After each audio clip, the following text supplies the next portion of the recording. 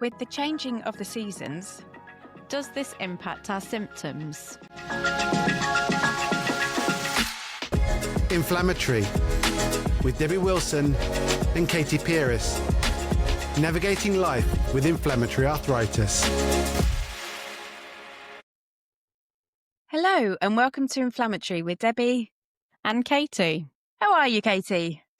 Oh, I'm not too bad. Had one of those weeks where things at work have been a little bit stressful, but, you know, I guess you've got to take the rough with the smooth. Yes, you do. Is it all settled out now, though?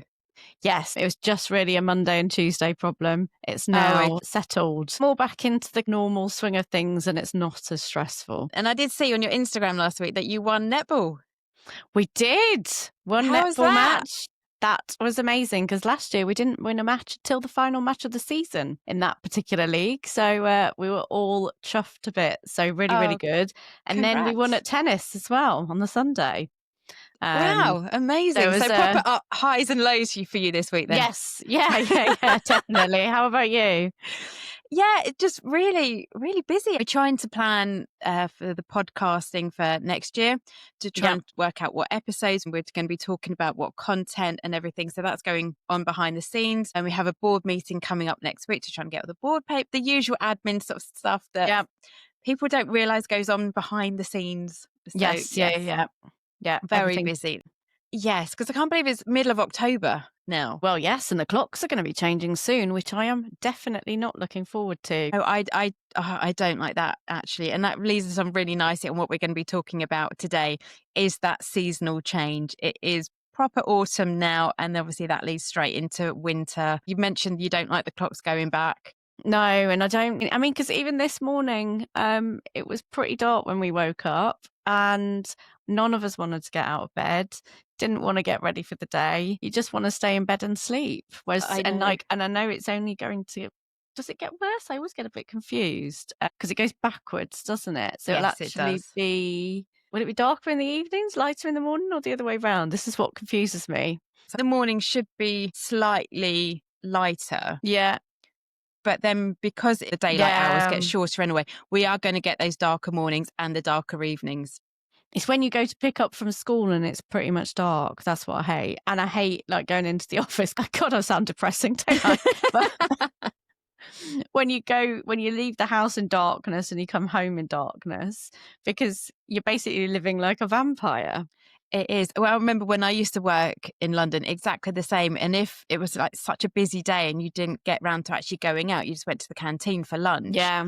Or you did the naughty thing of eating your lunch by your desk and you didn't go out, you miss that daylight. Yeah.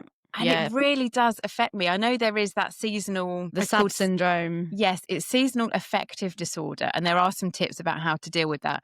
But I think even if you don't have that fully... For me, the seasons do... I love the seasons and I love autumn. It's my favourite season. But it is then leading up to the winter and just how dark it gets so quick.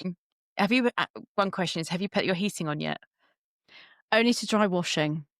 Oh, okay. I did put it on the other day because my daughter was sitting in her room with her coat and scarf on. And I was like, do you want the heating on? She was like, yes. Yeah. Please. Just to take the chill off the air. Yeah. And actually, we haven't had it on since probably April, May time, probably earlier than that. So I don't even know if it still works. So yeah. That's always the tricky bit. Yeah, because at this time of year, I can't dry washing in the garden. It just doesn't dry because we don't get enough sunlight. There's too much sort of shade and shadows. So I don't even bother putting it out from now. And so I only really put the heating on to dry the washing. So I'll hang some bits over the radiators. I mean, I love doing washing. I have my whites on right now. Too much info, but fair enough. It's my favourite household chore. I like clean clothes. Oh, I do as well. I must admit, I don't generally have the heating on for the washing. I have a dehumidifier. So I've got that. I have the dehumidifier, I have as a fan and the heating. And it's like the key to success of drying your washing in a day. That might be cheaper than a tumble dryer because I don't have a tumble dryer and I refuse to have one. I clearly don't. Yeah, you have everything else except for that. Yeah. But do you find, though, that your joints ache more in the cold? Is that real, or do you think that's just in our heads? I think they do ache more in the cold, and I do always think I have more issues specifically in the morning with morning stiffness. But that, I don't know, is it in our heads? I don't think it is. I don't think is either. But then I also think because it's so dark and cold, I don't actually want to get up out of bed anyway. I feel that stiffness more because my brain is probably actually telling me that I don't want to get out of bed. Yeah. But I do find they're still stiff even in the summer and the springtime anyway. But thinking of exercise, I had that great episode last week with Matt and doing something is better than nothing. And I have a dog, so I have an excuse to go out every day. But I must admit, when it is so cold and just opening the front door, it's the last thing I actually want to do because the cold, I know that's when the cold does affect. It's just that initial hit of that coldness that my body just does not like at all. And my knee do then feel quite stiff. Yeah, and my rheumatoid arthritis doesn't affect my knees, but maybe it's just my age. I do find that my knees and my ankles specifically, if I start to run, really, really struggle in winter to actually get going. I need like an hour's warm up to do anything. And I do actually now have heat moisturizer. It's not like deep heat. It doesn't smell like that, but it's like a heating up moisturizer to try and help like my muscles and my joints when it is cold to get going easier. Oh, okay. I'll have to send me the link because that sounds really quite useful. Because what I wear is I have like fleece-lined combat trousers, like walking trousers. And they are great. I've had mine for about 10 years or so. They are so disgusting and they have so many holes in. But they're so comfortable that I will wear them. And Impressive that they've lasted 10 years and you can still fit into them, personally.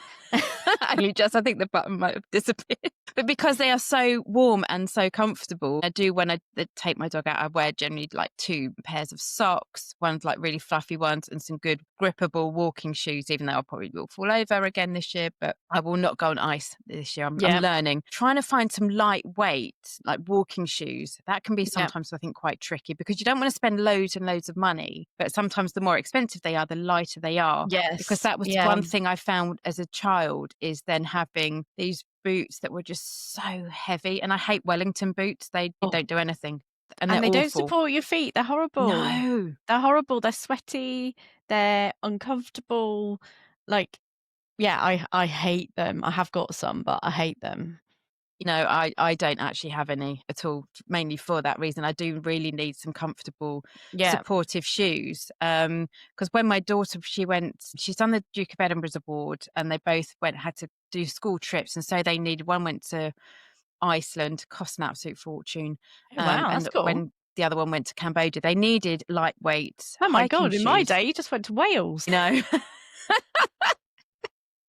And this isn't even a private school, but it was just trying to then find some, cheap shoes that they would probably never wear, but lightweight, really grippable shoes. So there are some out there. It's just trying to find them and that as well. And that can just make everything then going out that little bit more tricky because I can't wear trainers out. Because they just slip for me. That's another reason why I then stopped running over the winter because I was absolutely paranoid that I'd slip. Because do your trainers properly grip though? I haven't got any actually at the moment, but I have had like trail running shoes before. Okay. So they have kind of better grip for if you're off-road. I haven't actually bought any running trainers in ages, but the ones I've got at the moment, when I bought them, they're quite hybrids, do both off-road and on-road quite well. Because it does get quite expensive if you're buying multiple shoes, depending on the terrain that you're going on. Yes, yeah, completely. Which I think I just gave up on my knee, and I realised my knees and hips couldn't cope with that pounding. Anyway, which is why I then went more into the Pilates route. But slightly sort of getting off topic though. Have you got anything that you use for yourself, apart from what we've mentioned when we go outside, but inside to try and keep you warm, keep you comfortable in this cold weather? So sometimes I do have a microwavable like bean baggy thing. So like a hot water bottle, but it's got bean things in that you then microwave like and then that keeps thing. Yes, that's the one. I couldn't think what was inside. It's not beans, it's wheat. And I do have hand warmers as well. And I do always have compression gloves quite near because even if I'm not cold in my body, sometimes my hands might be quite cold. Oh, my hands are always freezing. Even in the summer, my hands, I put them on my husband and he was just like, how are you alive? They are so cold. Is that circulation? Probably, but I don't know. It's just always been there. I've always just have really cold feet and cold hands. But then when I put gloves on to go outside, my hands then sweat quite quickly though. So obviously very poor circulation, very hot or very cold. And I'm also allergic to wool. And so trying to find... Oh, are you? Yeah, oh, so trying to find things that aren't wool that are comfortable and do keep you warm in the winter is quite tricky. Yeah. And my daughters are allergic to wool as well. We found out because my youngest... What happens? It doesn't matter. It's related.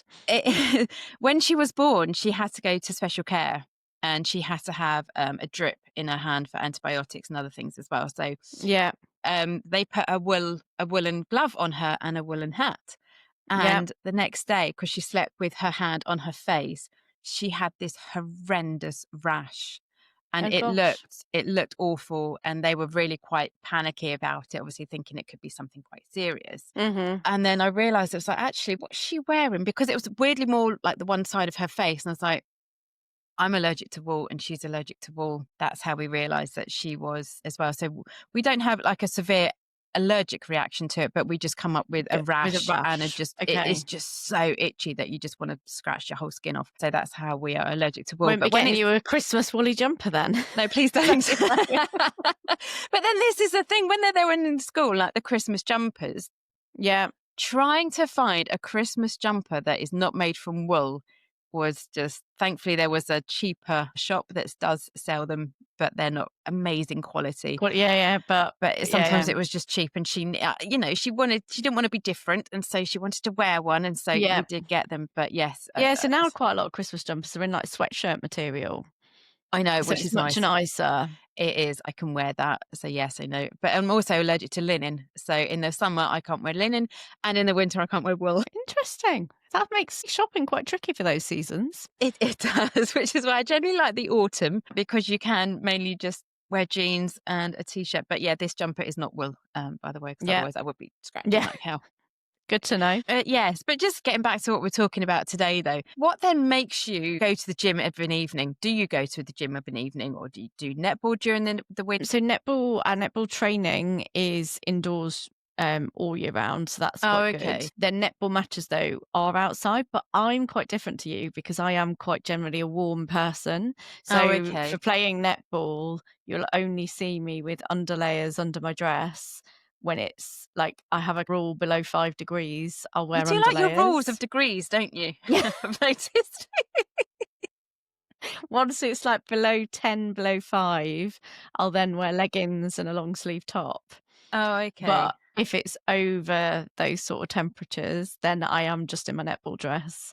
Because I do just get really, really hot. I'm really cold, like when we're warming up. So for warming up, I'll have loads of layers on. But then once I start playing and like chasing people around or trying to get free, then I get really hot and I can't wear layers because it just really irritates me. It's the same going for a run. So at this time of year, I always gauge it wrong. Like I'll go out for a run with leggings on, and then mid through my run I'll be so annoyed with myself because I'll just be overheating. But it's just that balance, isn't it?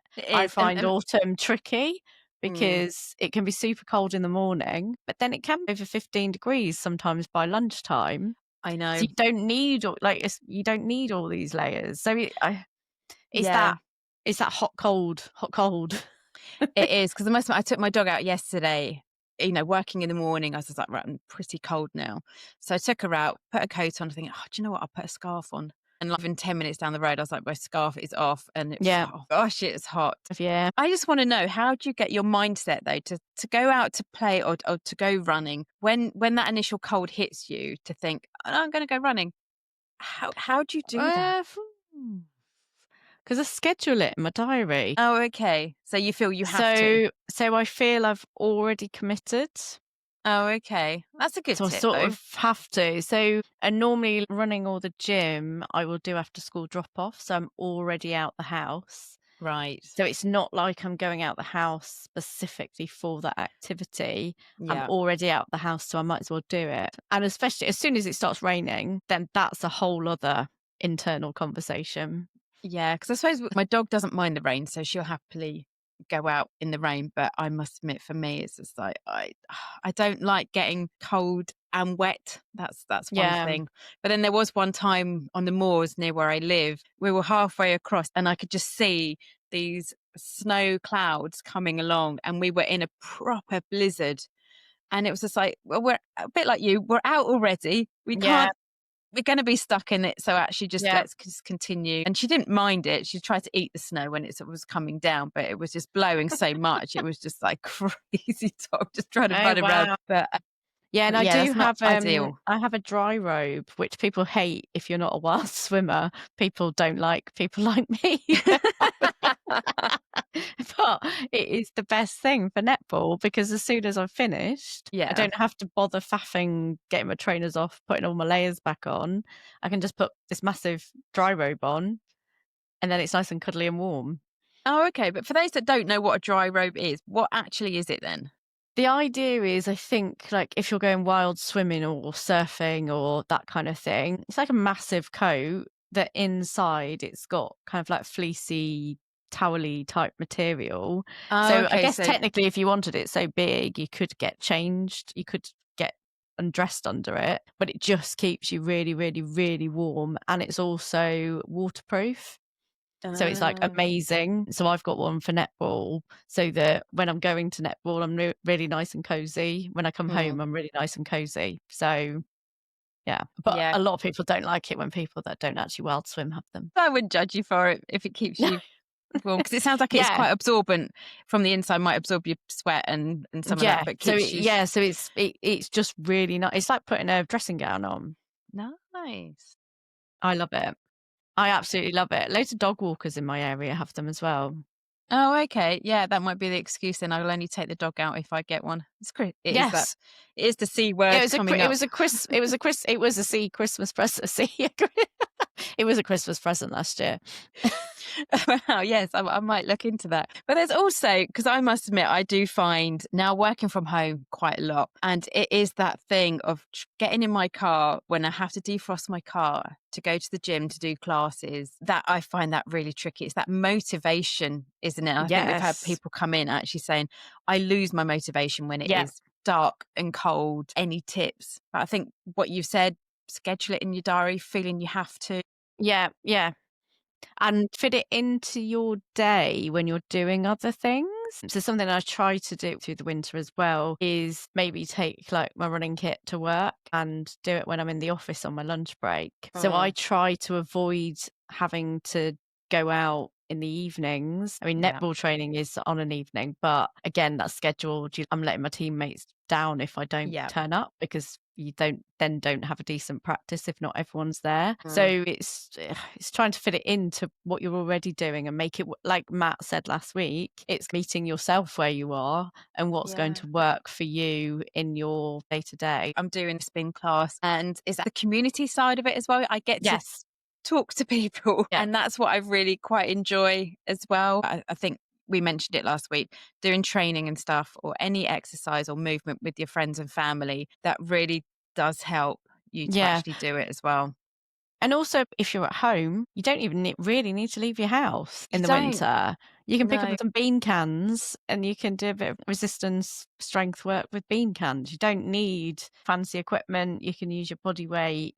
So many YouTube videos and ways to do stuff. Yeah, there actually are. And my I'll do a slight plug here for my Pilates teacher. She's got a YouTube channel, and some of her things are so good that actually I sometimes think I don't need to go to the class. If I can't get booked in on the class, I'll actually just put her YouTube video on. But I think it's just having in your mind, though, what Matt said last week, is just doing what is good for you. So if you are flaring in your hands, there are such good exercises you can do with your legs. And it is knowing that, as Matt said it so well, it's that systemic effect that actually it's helping all of your body, which I think I often forget. So there is learning what's good for you and what's not good for you. And there are loads of YouTube videos out there, and even some walking ones. Even if you don't want to do any full-on, more exercise type things, there are some really good just walking videos, you know, that take you around New York and places like that. It's just things that you've probably never seen, but you don't realise you're doing it either.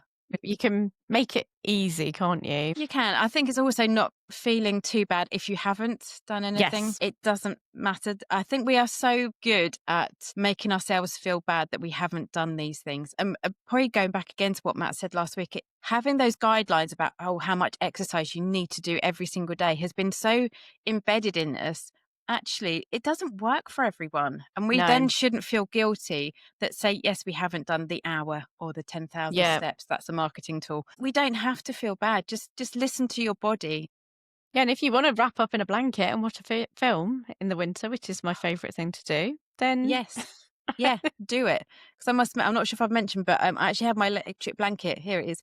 I have that on my legs to keep my legs warm. But it's just feeling cozy and just doing what's good for you. Because I would happily love in the afternoon. And I've also got a recliner sofa now as well. Because I know last couple of weeks ago, we were talking about things that we've got to adapt in our house. And I forgot that I had to get a recliner sofa for my knees when my knees and hips are really, really sore. Just having a normal sofa and then even lying on a sofa isn't good for you. So I got a recliner sofa that's got really good elbow support as well. And it's just lying there, knowing that if my hips or my knees, if anything's flaring, I'm in the best position for me. And I now have my blanket and I have the telly control, and that's what works for me. No, it is. And that's the great thing about this season. Love Strictly. I'm a Celeb's going to be on soon. Oh, my girls love that. Yes. I must admit with Strictly, I don't know anyone on it anymore. I think I'm now too old. I probably sound like how my mum was 20 years ago when it came on.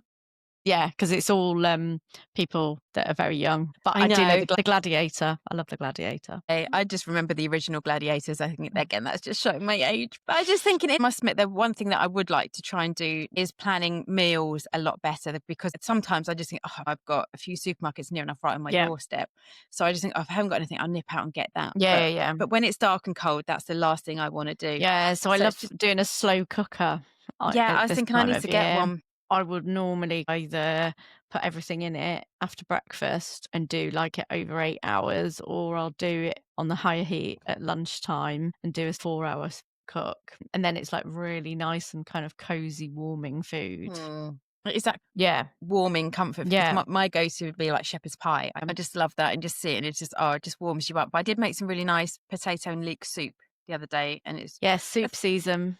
Yeah, it is. But it's so easy to do. You just cook all your vegetables, and then I like to blend it. I never used to, but I just like blending it all up, and it's perfect, and it's done. Get a nice bit of bread with it. Do a toasty as well for lunch. Oh, have you got a toasted cheesemaker? No. I sometimes do it in the air fryer, or I've just got one of those like press things. Okay, but it's been great chatting, and I think obviously there are some tips in there. Just trying to do. Anything is better than nothing. You can do it in your house, or try and be flexible to try and get some of that daylight hours. I think that is so key. If you can be flexible and just try and maybe have a bit, say 10 minutes more of your lunch break just to get out and then work that little bit later. It's getting a bit of vitamin D, isn't it?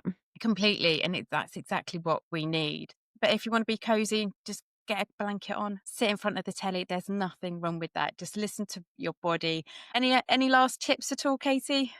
I don't know if I mentioned them earlier, but hand warmers. I love those in the winter, just to kind of have in your coat pocket. And in your coat pocket? And then if your hands are cold, pop them in and warm them up. So what do they do? They're like, you charge them with a charger and then they go warm, heated hand warmers. Okay. They fit in the palm of your hand, and I love after netball because you've been out with your hands in the elements because you can't wear gloves. Yeah, they're just so nice. Yeah, we'll have that in the show notes. But anyway, please do follow us on social media. We are on Facebook, Blue Sky, Instagram and LinkedIn. And you can now also watch our episodes on YouTube. So please do follow the channel and subscribe. Please rate and follow the podcast from wherever you get the podcast from. And until next week, it's goodbye. Goodbye.